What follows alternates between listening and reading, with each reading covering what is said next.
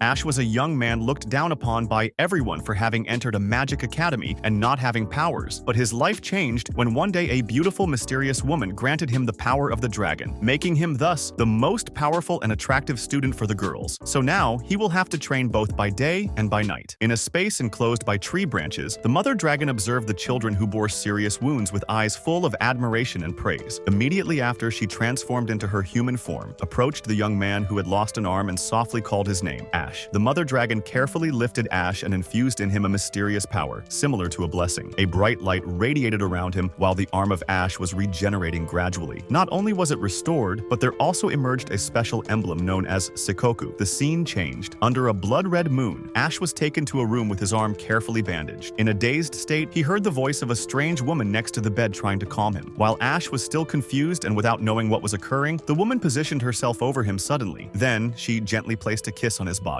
and explained that that was a ritual, since she was someone born to be entrusted to him. After that mysterious declaration, Ash woke up suddenly, holding his newly regenerated arm in the middle of the bewilderment for the dream that he just had experienced. In an academy, gigantic dragons soared through the sky while the students below rejoiced for studying together. In the main hall, the students were gathering densely in front of the announcement board, excited for the upcoming Ares Dragon Race Festival. When Ash entered the school, all the looks were directed toward him, accompanied by murmurs and gossip. Although he tried to ignore it, the increasingly cruel comments angered Ash. Just when he was about to respond, Raymond appeared in time to stop him, followed by Max. Upon hearing Ash express his frustration for being belittled along with his dragon companion, Max sighed thoughtfully and reminded him of something with seriousness. To alleviate the tension, Raymond changed quickly the subject to talk about the beautiful girls that would join the class, leaving Ash resigned and Max sighing with exasperation. The first class began with a lecture about the Seikoku emblem, the symbol of the bond between a master and their dragon. When the teacher mentioned that dragons only allowed their chosen master to mount them, the entire class turned to mock Ash. The teacher continued explaining about the two nations, Chevron, the land of dragons, and Zephyros, the land of machinery and magic, while reminding everyone that honor was important for the students of the Anne Sullivan Academy. After class, Raymond approached Ash to chat. At that moment, Sylvia appeared, scolding with severity a group of students who were blocking the entrance, which annoyed them. Upon recognizing her, Ash asked Raymond to confirm her identity. Raymond responded in a low voice and explained that Sylvia Lautremont was the fourth daughter of the knightly empire, famous for her academic excellence but avoided due to her royal attitude. While they were leaving the room and going down to the hallway, Raymond asked if Ash would participate in the Ares festival. Ash declined immediately, saying that he did not have a dragon companion. Raymond, persistent, attempted to see the Seikoku of Ash and grabbed his left hand. Ash withdrew it quickly and gave a vague answer. Just then, the president of the student council entered, Rebecca Randall, making the entire student body run toward her with emotion. Raymond looked at Rebecca with admiration, fantasizing about touching her. Rebecca smiled in his direction, making Raymond believe that she had heard everything. Ash took that opportunity to sneak away and avoid problems. After the break, the dragon riding practice began on the school grounds. Since he did not have a dragon of his own, Ash had to borrow Bridget, the dragon of Raymond. Before beginning, the professor gave detailed instructions. At the signal, the students mounted immediately their dragons and the training session started. The dragons charged fiercely against each other in battle. Sylvia, controlling Lancelot, launched implacable attacks. The professor could do nothing while Raymond, standing outside, continued commenting with enthusiasm. While Ash was riding Bridget in the confrontation, his intense focus led him to make Bridget jump with too much force, colliding with the Lancelot of Sylvia, which caused the duel to stop. The professor ran quickly to scold Ash. When Ash was about to apologize to Sylvia, she slapped him. With arrogance, Sylvia blamed everything on Ash, which led Raymond to intervene to explain the situation. However, Sylvia affirmed with coldness that the dragon of Ash was dead, infuriating him to the point of wanting to hit her. Raymond held him quickly. Ash refused to back down and demanded that Sylvia retract what she said. Sylvia challenged Ash, saying that if he could defeat her in the Ares festival, she would apologize. In that way, the duel between both was officially established. When night fell, Ash found himself again helpless before Navi. He was visibly irritated, but he could do nothing while she continued joking and probing his weaknesses on this last night. When the light of the sun filtered through the window, Ash still was calling sleepily the name of Navi when Raymond woke him up with urgent knocks. In the Ares festival, Rebecca gave the opening speech, announcing that the winner would have their results recorded and would win the opportunity to have a date with her. Sylvia pronounced then a short but decided speech, aiming directly at Ash, declaring that she would give everything of herself even if it was not an official competition. Upon hearing that, the students gossiped, making Ash uncomfortable. Immediately after, the race began. The dragons ran through various obstacles from city streets to the skies. When they entered a tunnel, Ash saw 3 students blocking the path of Sylvia, but she did not react. Unable to look on without doing anything, anything, Ash intervened. The three collided with each other and fell, creating an opportunity for Sylvia to advance. But she did not even bother to thank Ash. Overcoming every obstacle, both Ash and Sylvia remained determined to win. Upon reaching a clearing in the forest, Ash stopped to rest and encouraged Bridget. Knowing well that the result of the duel was already decided by the difference of species, Ash was not upset, but rather cheerful. Suddenly, a strange sound resonated from the depths of the forest. Ash left Bridget behind and ran toward the place. He discovered an ancient ruin, and as he approached, a voice resonated saying that it was a warship of the Zephyros Empire. A man armed appeared, which put Ash on guard. The man, Milgus, laughed with amusement and asked the age of Ash. Upon hearing that he was 16 years old, Milgus showed certain surprise. Ash suspected immediately and asked how he knew about his Seikoku. Milgus responded vaguely that it was because he was cursed. At that moment, a girl named Anya appeared suddenly and attacked Ash to protect Milgus. Ash fled immediately but was pursued. While they exchanged words, Anya told him that having met them was only his bad luck. However, when she pinned him down, she could not decide to strike. Ash took the opportunity to kick her away. Just when Anya was about to attack again, a rock wall collapsed unexpectedly. Ash pushed her back, sacrificing himself in the process, and fell down a ravine. Anya was stunned. Milgus appeared and told her to leave. Meanwhile, when Ash seemed to be at the edge of death, the Seikoku on his hand began to glow. Milgus and Navi, in other places, also felt the surge of power. In his visions, Ash saw a large round object floating before him. Upon touching it, it shattered, revealing a small girl. Holding her in his arms, Ash wondered why she was human and not a dragon. The image of Navi appeared along with cryptic words. Ash was half convinced and half doubtful. He wondered if the girl could be his dragon companion. While Ash looked at Iko, she woke up suddenly as if from a long sleep. Upon realizing her uncomfortable situation and without hesitation, she struck Ash, sending him directly into a lake. With her hands on her hips, Iko scolded Ash while she was without any clothing. Ash turned around embarrassed and attempted to confirm if she was really his companion. Once confirmed, Ash introduced himself excitedly but was interrupted when she insisted that she was the master, not him, leaving him stupefied. The story changed to an introduction of the Zephyros Empire in the north and Chevron in the south, along with the dragon breeding land of Lotriamont and the Anselivin Academy, where those who had contracts with dragons were trained, including Ash. At night, Ash brought Iko secretly to his dormitory. She criticized his room for being poor and climbed casually onto the bed to sleep. While Ash slept deeply, Iko suddenly pressed against him, making him think she was sleepwalking. However, her bites made him realize the contrary. Ash let her be until she praised his scent and bit with more force, making him unable to bear it. The next morning, when Ash opened the door dazed, Rebecca and Max were there. Rebecca explained with calmness that they were only there to check on his companion. Just then, Iko woke up and let the blanket fall, which caused Max to grab Ash by the neck, indignant after seeing the ambiguous marks. Rebecca remained composed, realizing that they had not shared the bed, and cleared the name of Ash. Iko declared that dragons did not need clothes, which made Ash cover her hurriedly with a blanket. Rebecca delivered clothes to Iko and passed to the main matter. The Academy had asked Professor Angela Cornwell to help with the matter of the companion of Ash. Max explained that Angela was a specialist in dragon examinations. Rebecca advised Ash to keep Iko inside his room and reminded him to visit the support room to receive his allowance. Grateful for the help, Ash gave thanks profusely. Iko, now dressed in her new flashy outfit, attracted the attention of everyone. She admired herself excitedly in the mirror, praising her own appearance while Ash stood helpless. While Ash wondered what he should buy for her, a crepe stand caught the attention of Iko. She affirmed that she was hungry because she had not eaten breakfast. Upon tasting the crepes for the first time, Iko was delighted and declared that she would eat them every day. When Ash reminded her that dragons should eat meat, she became weak suddenly and fell into his arms, saying she felt heat. Alarmed, Ash tried to take her to the infirmary, but Iko held him. Under the gaze of the spectators, the atmosphere between both became incredibly delicate. Just when their lips were about to touch, Sylvia and Cosette appeared suddenly. Sylvia scolded them, and when Ash tried to explain, Iko sneezed suddenly, causing Ash to see accidentally something he should not have under Sylvia's skirt, which resulted in a blow. Sylvia became enraged upon knowing that the crepe contained Antar. Cosette gave quickly a drink to Iko to lower the concentration. She explained that Antar was like alcohol and giving it to dragons was illegal. Sylvia was bewildered that Ash forgot something so important. Cosette reminded her of the main reason why they came. Sylvia admitted that she was wrong to say that the companion of Ash was dead and apologized to him. Being a princess, she felt embarrassed and walked away quickly. Cosette said goodbye and followed her. While Ash watched them with admiration, Iko pushed him away with jealousy and scolded him, without knowing that someone was watching from afar. When Ash turned to look, the figure had already disappeared. After the commotion, Ash and Iko continued shopping. In a store for female clothing, when the staff referred to her as the little sister of Ash, Iko pushed aside furiously the curtain in protest. Although she still was trying on clothes, after the purchases, Ash sat exhausted near a waterfall with Iko, who continued asking for more crepes despite not finishing the previous one. During their discussion, Ash realized that Iko did not have a name. He told her that he intended to call her Iko from the beginning, for being the name of the first companion of the breeder Rosa Maria. At the moment she received her name, a wave of power radiated from her, and the Seikoku in the hand of Ash lit up, forming the contract between them and uniting their astral flow. Iko went to use the nearby public bathroom. Without knowing that someone was watching her while she was washing her hands, that person appeared behind with a bottle of dangerous liquid. The scene passed to Sylvia and Cosette, talking about the previous events, with Sylvia trying to justify herself awkwardly. Upon meeting Ash in the uncomfortable situation in the women's bathroom, Sylvia scolded him immediately. Ash replied saying that Iko was taking too much time inside. Both investigated quickly and found the hat of Iko and traces of Alron powder, evidence of her kidnapping. Ash remembered a previous strange sensation and linked it with Milgus and Anya. Sylvia deduced the intention of Ash to look for Iko and tried to stop him. For the first time, Ash used his Seikoku to activate the astral flow under the guidance of Sylvia. When he focused on Iko, the mark glowed and created a trail of blue butterflies that guided the way to where she was being held. Ash followed the butterflies to an abandoned mansion. While he tried to open the door, Sylvia noticed a magic circle with Alron stones on the pillars. Once Ash managed to open the door, they rushed inside, without noticing that the stones had begun to glow. Meanwhile, in a laboratory, Iko woke up tied strongly. The woman who had kidnapped her, Angela, admired her power and revealed that her objective was to experiment with Iko to understand why dragons had human forms. Angela was surprised to find Iko more intelligent than other dragons and decided to study her body. Just in time, Ash and the others arrived. Sylvia knocked down the iron door, forcing Angela to stop. Furious, Ash demanded an explanation. Angela responded with calmness that she acted under orders from the academy. Sylvia recognized who she was, and Ash, remembering the words of Rebecca, murmured with incredulity. Angela explained her reasons, but Ash refused to accept them and demanded that she return Iko to him. Angela revealed immediately a supply of Alron powder as her trump card, making the entire mansion tremble. Due to the magnetic field, the dragons could not approach. Then she summoned a magic circle that left Sylvia and Cosette asleep. Ash tried to resist the sleep, but finally collapsed as well. The actions of Angela were not motivated by malice. She did not want to harm someone who carried the mark of the dragon hunter. With tears in her eyes, Iko shouted with force, activating the astral flow that resonated with Ash and woke him up. With a single movement of his arm, Ash shattered the magic circle and destroyed the Alron. Angela observed in shock while Ash approached with an overwhelming presence. Iko ran toward him sobbing and then gave him a blow. After an exhausting day, Ash returned to the dormitory, sitting next to a sleeping Iko and lamenting with incredulity that everything had happened. He repeated the same question from before, but this time he gently stroked her hair with a sense of peace. The next morning at school, Raymond ran after Ash asking about the rumors from the previous day. Ash entered in panic, initially thinking that Raymond was referring to Angela, but sighed with relief when Sylvia was mentioned instead. Raymond found the reaction of Ash suspicious but let it go. Neither Ash nor Sylvia expected that Angela would become their new teacher. While the rest of the class was excited, Ash and Sylvia were horrified. At that moment, inside the student council room, Rebecca was approaching Ash under a very legitimate pretext. Then she released a shocking announcement that left Ash nervous and terrified. Under the stunned gaze of Ash, Rebecca leaned in and finished her sentence. It turned out that she was inviting him to join the student council. Meanwhile, Sylvia was caring gently for Lancelot, expressing in a low voice gratitude for his presence, which allowed her to be a dragon trainer. In the next moment, she remembered in silence her childhood promise to become a great dragon knight together with Ash. As if feeling her change of mood, Lancelot touched tenderly his head with that of Sylvia, trying to console her. While being consoled, Sylvia suddenly clenched her fist with anger at the act of Ash riding a dragon. Her thoughts were interrupted by a cry of panic, because it turned out that a dragon had escaped. Without hesitation, she ran to where the guards were and they informed her that Strata had fled. Back in the uncomfortable atmosphere between Ash and Rebecca, she noticed his uneasiness and reminded him of the strange individuals he had met to persuade him. Without giving him an opportunity to respond, Rebecca began to explain the misunderstanding of the Zephyros Empire about the Academy, emphasizing her own critical role. Retaking a serious tone, Rebecca formally extended the invitation to Ash, despite the fact that he continued to be overwhelmed by confusion. Suddenly, a level 2 emergency alarm sounded, putting them on high alert. They ran to the window to evaluate the situation. What Ash and Rebecca saw was Sylvia trying to mount Strata, which left Ash bewildered. Rebecca explained with calmness that Sylvia could not stand losing and wanted to surpass Ash at all costs. Just upon finishing, she opened the window and jumped. At the same time, she summoned Tulane and unlocked the armor it produced. Meanwhile, in the park, Iko was eating pancakes happily. At the same time, Ash continued remembering the distress of Sylvia after Rebecca successfully subdued Strata. Upon seeing Ash distracted, the expression of Iko darkened, and she pulled with anger at his ear, making him shout in pain and ask for mercy. Suddenly, she felt curious about a crowd gathered around the statue of the hero Durham. Ash explained quickly to Iko the history behind the statue. Their playful scene was caught by the eyes of Anya, who was watching in the distance, worried about how she would explain everything to Milgus. Then, Rebecca took Ash, Sylvia, and Iko to the Dragon's Claw Tavern to discuss the idea of having a date during the festival. On the side of Anya, while she was lost in her thoughts, Milgus continued asking about the current situation in the city. While he expressed his amazement at how peaceful the place was, he pulled out a magic sword and summoned Necromancia. Its appearance alerted immediately Echo that something was wrong. The citizens of the city became terrified and fled in panic before the overwhelming power of the creature. Without hesitation, the group of Ash ran and discovered that its flesh was rotting. The terrifying, destructive power of the creature left Sylvia stunned, falling to the ground. With immense courage, Iko ran forward and directly faced Necromancia. Before the eyes of Ash, full of surprise and worry, the creature released its appendages that wrapped around her tightly, and with immense force, Necromancia tore several pieces of Iko's clothing. Just after, with a single blow, it almost destroyed the entire city. Fortunately, Rebecca managed to transform in time with her equipment and blocked the attack of Necromancia. She summoned her legendary spear and threw it directly at the creature. The spear did not betray the hopes of Ash and pierced directly the head of Necromancia, but unfortunately for Rebecca, in the blink of an eye, it regenerated and launched another attack against her. Realizing that the situation was worsening, Rebecca blocked the blow and ordered Ash to take Sylvia and get out of there. Upon hearing this, Ash ran shouting loudly to Sylvia as if trying to wake her from her overwhelming fear. Seeing her cowardice, Ash slapped Sylvia on behalf of everyone so that she would regain her senses. It seemed that the slap worked. He requested instantly that Lancelot approach Necromancia to save Iko, who had been swallowed. Sylvia did not think twice and summoned Lancelot just as Ash expected. Inside Necromancia, Iko continued being bound and tormented by its appendages. A moment later, she woke up dazed, seeing Navi sitting calmly above, introducing herself. Navi then moved her hand to show Iko the extreme situation in which Ash was while he was trying to tame Necromancia. The face of Navi remained composed, while she waited for Iko to realize that the most important thing was to create suitable armor for Ash. At the same time, outside the battle, Ash continued struggling with the unwavering belief that Iko was still alive. Upon hearing his decided voice, Iko became more and more ignited and, in a blink, created a full armor with all the necessary accessories and magic. In that dangerous moment, Iko delivered the armor to Ash, who synchronized immediately with Lancelot and Sylvia with a remarkable coordination. Inside the building, Milgus already knew that he would lose this fight, but he turned around calmly and walked away, having obtained interesting information. In the sky, Ash now rode with skill over Necromancia. Fulfilling his last wish, he summoned immediately the Holy Sword and dealt the final blow to Necromancia. As soon as it was destroyed, both Ash and Iko fell freely through the sky, but the two took their hands joyfully, feeling that they had come to understand each other better. The dark power that remained in the sky dispersed slowly, revealing a stunning sunset. Back in the office of the Student Council, Rebecca quickly invited Ash and Sylvia to join the council, and both accepted. After that, she kissed each one on the cheek as part of the induction ritual and raised her glass to begin the welcome party for the new members. At the call of Rebecca, everyone in the council raised their glasses and shouted their cheers. In a dark forest, Sylvia, wounded in the leg, was sitting under a large tree. A boy of her age appeared. Ash looked at the wound on her leg and said that with an injury like that, she should give up trying to find the mother dragon. However, the girl needed a companion to become stronger and said she would not give up. Ash said that he would carry her and the two would go to look for the mother dragon together. That was the memory of Sylvia. Back then, she had just turned 7 years old during the era of orphanage, when the mother dragon was the one who granted companions to humanity. Sylvia was curious to know how that friend would look now. The scene passed to the dormitory of Ash. Iko slept deeply in the bed while Ash had just fallen on a pile of mess on the floor. He saw a plush dragon and picked it up. Ash looked thoughtful, but he could not remember anything about it. In the school, President Rebecca introduced 3 new members of the Student Council of the Sullivan Dragonair Academy. The first to speak was Sylvia, a member of the executive committee. As a newcomer, she hoped to make mistakes and wished to learn from everyone. The next was the most problematic student of the academy, Ash, who was in charge of general affairs. He admitted that he was not sure how he could help, but said he would do his best effort. Finally, there was Iko, the humanoid dragon girl, companion of Ash. Cosette had dressed her in a dazzling outfit, and she looked adorable while she went out to greet everyone. Iko raised her hands in a gesture of claws and let out a tender roar, making everyone burst into laughter. A little later, in the school hallway, Iko blushed and denounced the act of turning a dragon into a public laughingstock as something unpardonable. Ash intervened to explain that Cosette only wanted to help, and the people laughed because they found her charming, not to mock her. As a member of the student council, he had to remove all the flyers posted on the announcement boards without permission. Iko reached for one to take it down and warned with firmness that he was only allowed to follow her orders, those of nobody else. She looked at the flyer in her hand, curious to know who the Silver Knight was. Ash explained that the Silver Knight was a legendary hero in the novel Holy Holy Dragon Knight, the one who defeated Necromancia and saved the city. Iko was surprised to learn that that was the fan club of Ash. Ash scratched his head and laughed with shyness. The scene moved to somewhere outside. A horse galloped at full speed. Above, an airship in the shape of a dragon fired deadly cannon projectiles, attacking the bandits who were fleeing below. One of the bandits spotted a human figure in the distance and warned quickly his comrades that it was the Iron Blood Valkyrie. She had long blonde hair and cold blue eyes and immediately charged forward. Upon seeing this, the bandit ordered his men to take her down. However, with footwork fast as lightning, the Valkyrie dodged everything with ease. Holding an enormous sword in her hand, she declared that she would eliminate the parasitic bandits who caused chaos in the nation. Only a few blows of her sword, and she had completed the mission. Back in the school, in the classroom, Raymond approached to stroke the head of Iko and praised how beautiful she looked with the dress. Upon mentioning it, Iko became angry and hit Raymond with force in the face. Just then, Jessica Valentine entered and introduced herself as the president of the Silver Knight fan club, with Lynette Ursula at her side as vice president. Jessica explained that since they had not yet met the Silver Knight, they had come to gather more information about their idol. She asked if anyone in this class had seen the hero who defeated Necromancia. Sylvia stood up and told them to leave since the class was about to begin, speaking as a member of the executive committee of the student council. Jessica laughed with condescension, ignoring the authority of Sylvia and assuming that she did not understand her great ambition. Sylvia could not comprehend what she was talking about. Then, Jessica revealed her ambition to have a legacy with the Silver Knight. This shocking declaration left Ash and Sylvia without words and led Iko to an attack of rage. Fortunately, there still was a sane person in the fan club. Lynette adjusted her glasses and criticized the